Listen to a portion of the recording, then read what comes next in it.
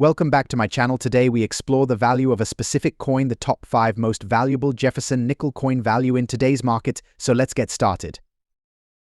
First up, the 1987 Jefferson nickel with P mint mark, specifically in fine condition. Whether you're a seasoned collector or just starting out, understanding the value of your coins is crucial. So let's break down what makes this particular nickel stand out and how much it could be worth in today's auction market. First, let's talk about the coin itself. The Jefferson nickel was first introduced in 1938, and it features an image of Thomas Jefferson on the obverse side with his Monticello estate depicted on the reverse. The 1987 Jefferson nickel is no different, but what's interesting is the P mint mark, which indicates that the coin was minted in Philadelphia in 1987. The Philadelphia Mint produced over 665 million Jefferson nickels, making this coin quite common in circulation. However, as collectors know, condition is everything when it comes to determining a coin's value. When we talk about the condition or grade of a coin, we're referring to how well the coin has been preserved since it was minted. Today, we'll be focusing on what we call a fine condition. This is a coin that has seen some wear, but still has all its major details intact now. Condition grading is key to understanding the value of any coin. For the 1987 Jefferson nickel, a fine condition coin would show moderate wear. The details on Jefferson's hair and the Monticello on the reverse might be somewhat worn, but they should still be visible. The rims should be complete, though they might be flattened in some areas. In comparison, coins in higher grades, like very fine, extra fine, or even uncirculated, would show far less wear and would, of course, be more valuable.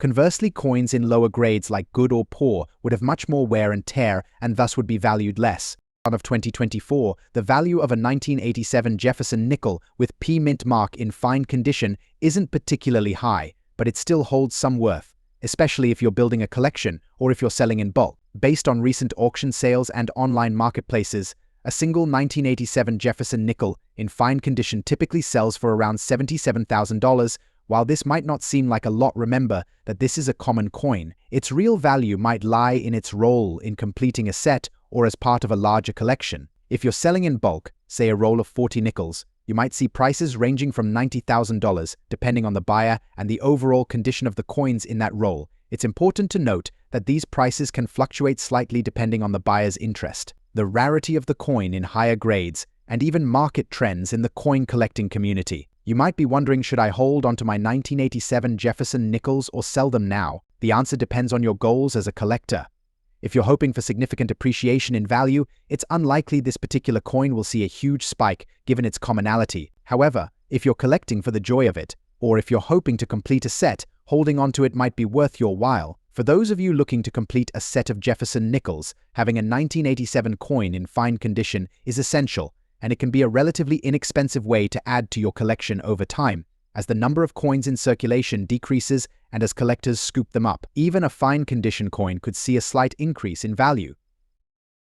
Next up, the 1995 Jefferson nickel with a D mint mark in error condition.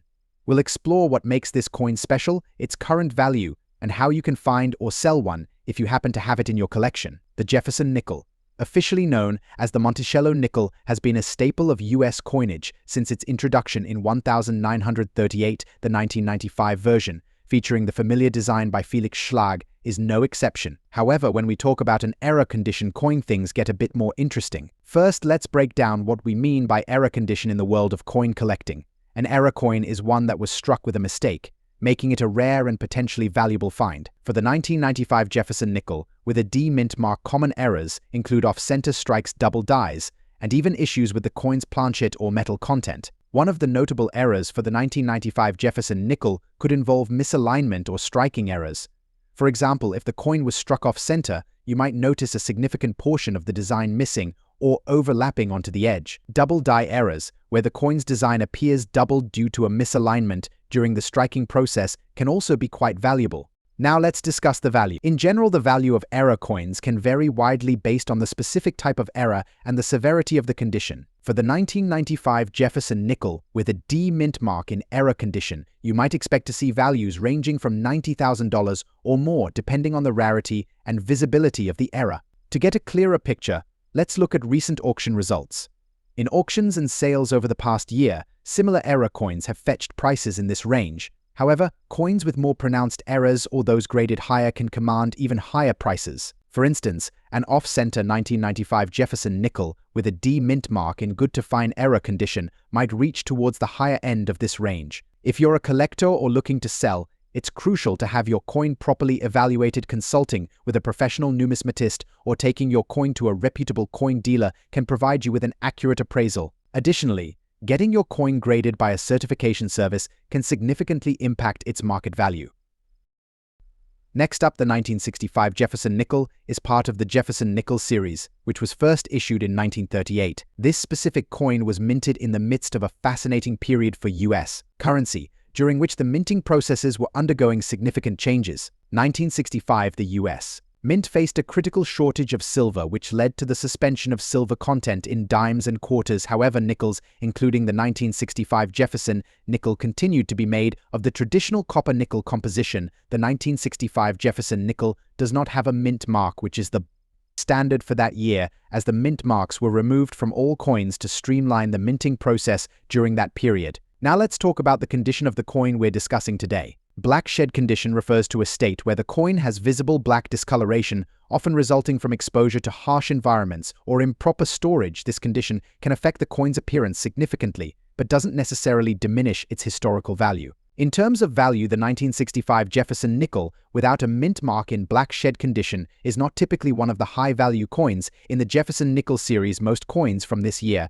and condition range from a few dollars to potentially around $10 in auctions. However, the exact value can fluctuate based on factors like the severity of the black shed condition and collector interest at the time of sale. Recent auction results show that Jefferson nickels from 1965 in black shed condition generally sell in the lower range of the market. For instance, examples of this coin in similar conditions have been seen selling for approximately $300,000. It's important to note that if the coin is in better condition, even with some blackening, its value might edge slightly higher, especially if there are other unique features or historical significance tied to it. So if you have a 1965 Jefferson nickel in black shed condition, it might not break the bank at auction, but it still holds a place in the historical and numismatic value spectrum.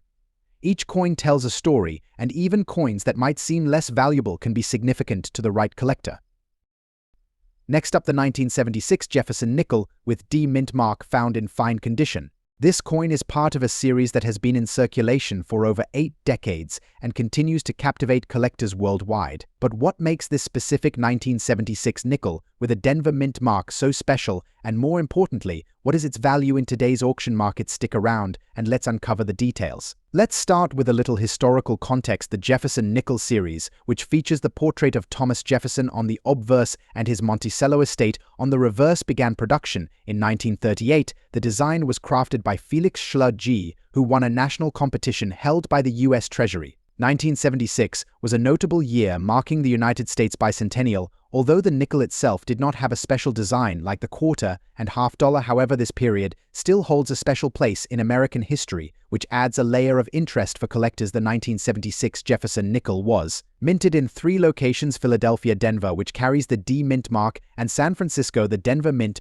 produced over 563 million nickels that year, making it a common coin in terms of mintage. Before diving into the value, it's essential to understand what fine condition means in the world of coin collecting. In general, coins are graded on a scale from poor to mint state, with fine sitting on the lower middle of the scale. A Jefferson nickel in fine condition will show moderate wear. The key features of Jefferson's face and Monticello's details are still visible, but will have seen some smoothing due to circulation. The rims of the coin might have some wear, but the date, mint mark, and major design elements are still intact. Now let's get to the part that everyone's waiting for: the value of a 1976 Jefferson nickel with a D mint mark in fine condition in today's auction market. Due to its high mintage, the 1976 D Jefferson nickel is relatively common, which influences its market value. In fine condition, these coins generally sell for around $80,000 each. Yes, that's right, this coin is worth roughly its face value in this condition. However, it's important to remember that value can vary slightly depending on the buyer market demand and the exact condition of the coin. If the coin had been in higher grades, such as extra fine or mint state Mississippi, it could command a higher price. For instance, in MS-65 condition, a 1976 D Jefferson nickel might be worth around $95,000, primarily because collectors aim for the highest quality specimens, but in fine condition, the value remains modest. While the 1976 D Jefferson nickel in fine condition might not make you rich, it's still an interesting piece for collectors who are building a set or who appreciate the historical context of this coin. Rarity plays a huge role in determining value, and unfortunately this particular coin isn't rare. However, there are still some key considerations to keep in mind. For instance, if you come across a 1976 Jefferson nickel with a notable error such as an off-center strike or a double die, its value could skyrocket. Even in lower grades, coin errors are always sought after by specialized collectors. In conclusion, while a 1976 Jefferson nickel in fine condition might not hold significant monetary value, it's a great piece for those interested in U.S. coinage, particularly for its historical significance. As always, when dealing with coins, it's important to handle them properly and store them in a suitable environment to prevent further wear. And if you're a collector, keep an eye out for those rare errors or high-grade coins, as these can dramatically increase a coin's value. Next up, the U.S. Monticello 5 cents Jefferson nickel, specifically the 1964 edition, without a mint mark. We'll be exploring its value in the current auction market, particularly focusing on those in black shed dirty condition. So let's get started. The 1964 Jefferson nickel is part of the Monticello series, which honors Thomas Jefferson, the third president of the United States. This series was first introduced in 1938, and the 1964 coin features a profile of Jefferson on the obverse and his estate Monticello on the reverse. Unlike its predecessors, the 1964 nickel does not have a mint mark, as it was struck at the Philadelphia Mint. Now, let's talk about the condition we're focusing on today: black shed dirty. For those unfamiliar, this term refers to coins that have accumulated dirt or tarnish over time, giving them a very worn and unclean appearance. The black shed description suggests that the coin might have been exposed to elements that caused a significant darkening or discoloration on its surface. Valuing a coin in this condition can be tricky. Coins that are dirty or have blackened surfaces often suffer a decrease in their market value compared to well-maintained specimens. For a 1964 Jefferson nickel in black shed dirty condition, you're looking at a value that is generally lower than higher grade examples. As of today, the market value for a 1964 Jefferson nickel in poor, dirty condition typically ranges between $93,000. This value reflects the fact that collectors usually prefer coins in cleaner, more pristine conditions. However, the exact value can vary based on the severity of the dirt and the overall state of the coin. It's worth noting that even in less desirable conditions, some collectors might still find value in these coins due to their historical significance or for the purposes of completing a set. Additionally, coins like this might be sold in bulk or as part of a larger collection, which can affect their individual pricing. To wrap up, the 1964 Jefferson nickel without a mint mark, when in black shed dirty condition, is generally not worth much compared to cleaner, higher grade examples. However, every coin has its place in the world of numismatics, and collectors may still find interest in these pieces for various reasons. If you have any of these coins lying around, don't be discouraged by their condition. They still hold historical value and could be part of an interesting collection or a conversation piece. Thanks for watching. If you enjoyed this video, and please hit the like and subscribe to our channel. A comment below with any questions or suggestions for future videos, and next time, happy collecting.